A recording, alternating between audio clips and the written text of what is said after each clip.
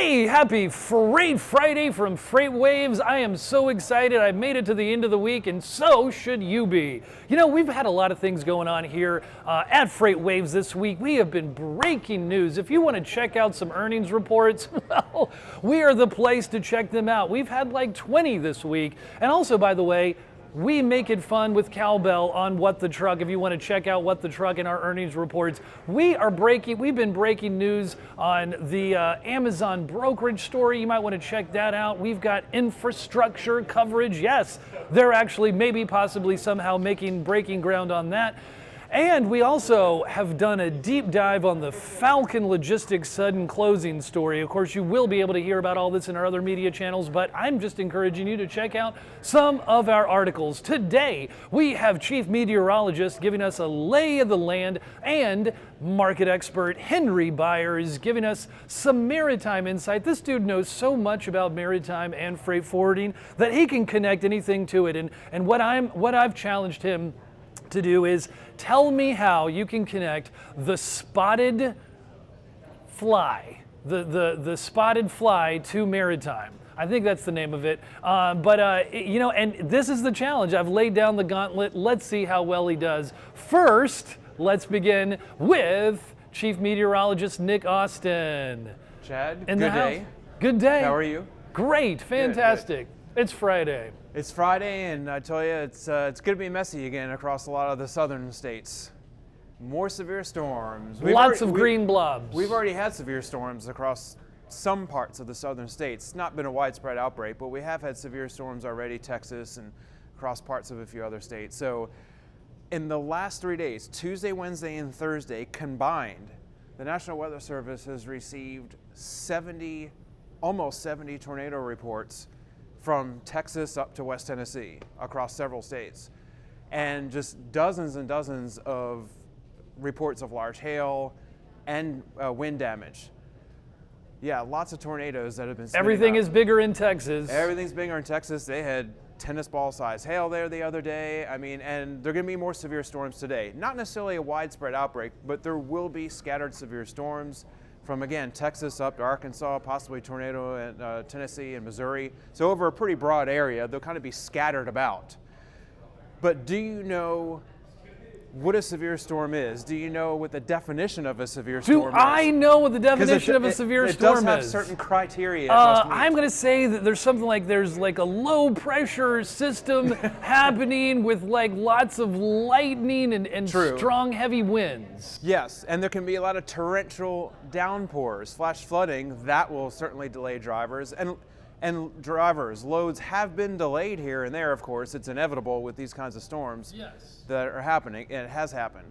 But as far as wind, hail, things like that, do you know at what levels those have to be in order to be defined as a severe storm? Because boy, really putting me to the test today. I'm going to say 25 miles an hour gusts.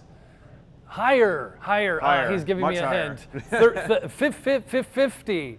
I don't know. You're getting closer. You tell us, Chief Meteorologist. I will do that. This is, I think, interesting and also important information for folks to know. But technically, a severe storm is one that produces winds of at least 58 miles an hour. That's strong, okay? Hail at least an inch in diameter, okay? Well, hail. That's pretty big. And then, or a tornado.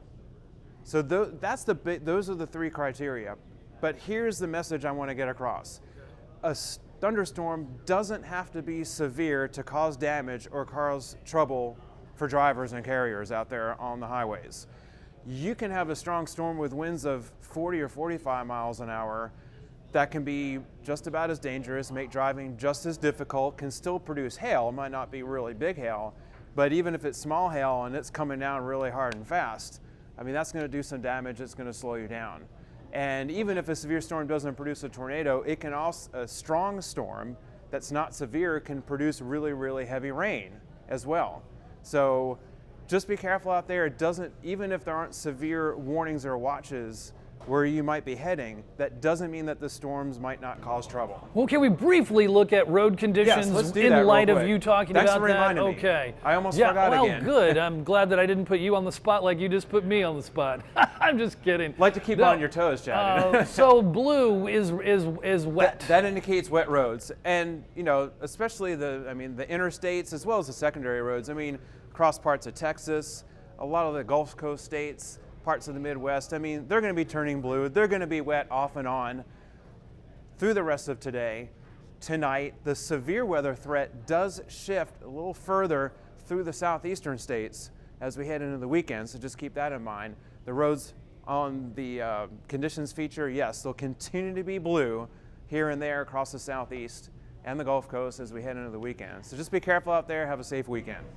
Thank you. Thanks. You bet. Don't blame him. He's not bringing this weather. He's just calling it like it is. Okay, thanks so much to Chief Meteorologist in the kitchen, Nick Gostin today. And now, Henry Byers. What's happening, man? How's it going, Chad? It's going great. It's Friday. I'm excited. And you're on. This is fantastic. What's Awesome, the man. lowdown, man? Happy to be here. Well, last time we were talking about contract rates. As we were discussing last time, they started on May 1st. So what we really wanted to do was kind of just give a brief recap of what I had predicted those rates to be for a 40-foot container. Now this is a Trans-Pacific eastbound, which is obviously the most important lane for a lot of U.S. importers. You've actually predicted this? Yes. Well, I had been over in China and East Asia with the company I was with before here, and they had told me pretty clearly what those rates were expected to be and for what shippers would receive what rates. Now you see there's only really about a $300 difference between the lowest and the highest here.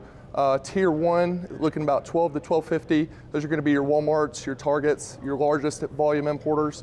Tier 2, $13 to $13.50 to the West Coast. And then Tier 3, which is really the bottom line as far as what shippers can still receive fixed annual rates. And they're receiving about $1,400 to $1,500. And then East Coast, Tier 1, your Walmart's, Targets, again, $2,350 to $2,400 to the East Coast. East Coast, being New York, Savannah, Charleston. Your Tier 2s receiving $2,400 to $2,500, $2,450 to $2,500, and then Tier 3 receiving somewhere around $2,550 to $2,650. Now, that's all fine for contract rates, right? But what's happening in the spot market? And that's where we go to our trusty FreightWaves Baltic Index from China. So those are the guaranteed contracted rates. Sure. Okay. So those rates are going to be, that's where Walmart's, again, the larger volume U.S. importers are receiving a fixed annual contract rate, which starts in May. Yes, May 1st. As you told us May last 1st. week. So yes. Interestingly, we're going to flip over to May 1st in the spot market. Now I had predicted these to jump up about $200 to $300. On both lanes, which would be China to North American East Coast and China to North American West Coast. But interestingly enough, all we saw was a dramatic increase to the East Coast. So if you can see here, we jumped from 1750 upwards of around 2200. It's a significant increase for one lane in particular. Now you will see it quickly coming down, and that's the beauty of the FreightWaves Baltic Daily Index, is that we're seeing these rates daily as they come in, not every 15 days. So you're able to see the ocean lines implemented a GRI, rates quickly went up, and now they're going back down because those ocean carriers now are starting to compete, and as they compete, their rates get lower and lower and lower. There could be some impact from the Panama Canal. We've seen a lot of drought there. It's caused the lake that would normally fill the locks. It's down a little bit. So they are decreasing the amount of tonnage that can cross. So that may have an impact on capacity running through to the East Coast. Are people are they trying to get ahead of tariffs? Is this another one of those stories like the European tariffs that are about to start? Well, from China to the U.S., hopefully we're going to be reaching a trade deal pretty soon. At least one seems to be in sight. But that's actually why I was going to go to Europe to North America and take a look at those rates. Oh yeah. So as we discussed last time, we are seeing these rates come up this year. Last year and the year before, they were relatively stable. But as we got to the end of 2019, and again into 2018, and as 2019 began, these rates are starting to go up. Now they are starting to level off here, and I think everybody's kind of waiting to see what's going to happen. But regardless, I think people are still going to be pushing imports forward and therefore increasing demand on that lane, and rates will go up as a result. I was going to say, is there a seasonality to this? But not necessarily, it looks like, compared to last year was kind of low. Well, there is, and I'd say this is almost more of a result of potential trade war. Trump announcing, or at least alluding to the fact that there may be one. But there is, as you can see, there is a little bit of a peak there, and that's your normal peak season, which is around the September, October, time of the year.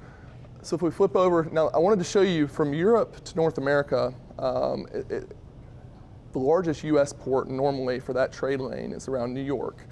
New York, you've got Norfolk, Savannah, big ports for that lane. So I wanted to show you what can happen, and how everything's really connected between maritime and how that plays into the truckload market. So I wanted to go to the spotted lanternfly. Chad was wanting me to enunciate there.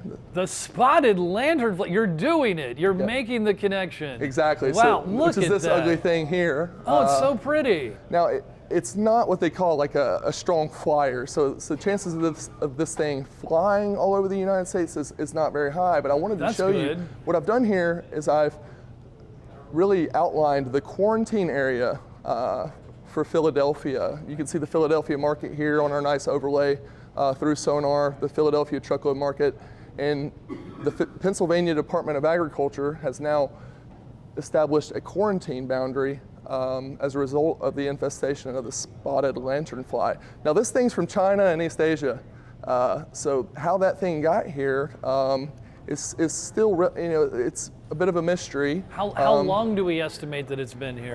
They say first signs of it could have even gone back to 2015, but really the first time someone really discovered there was starting to be an infestation was 2017, and now it's gotten to the point where they're requiring trucks to have permits to go into this area.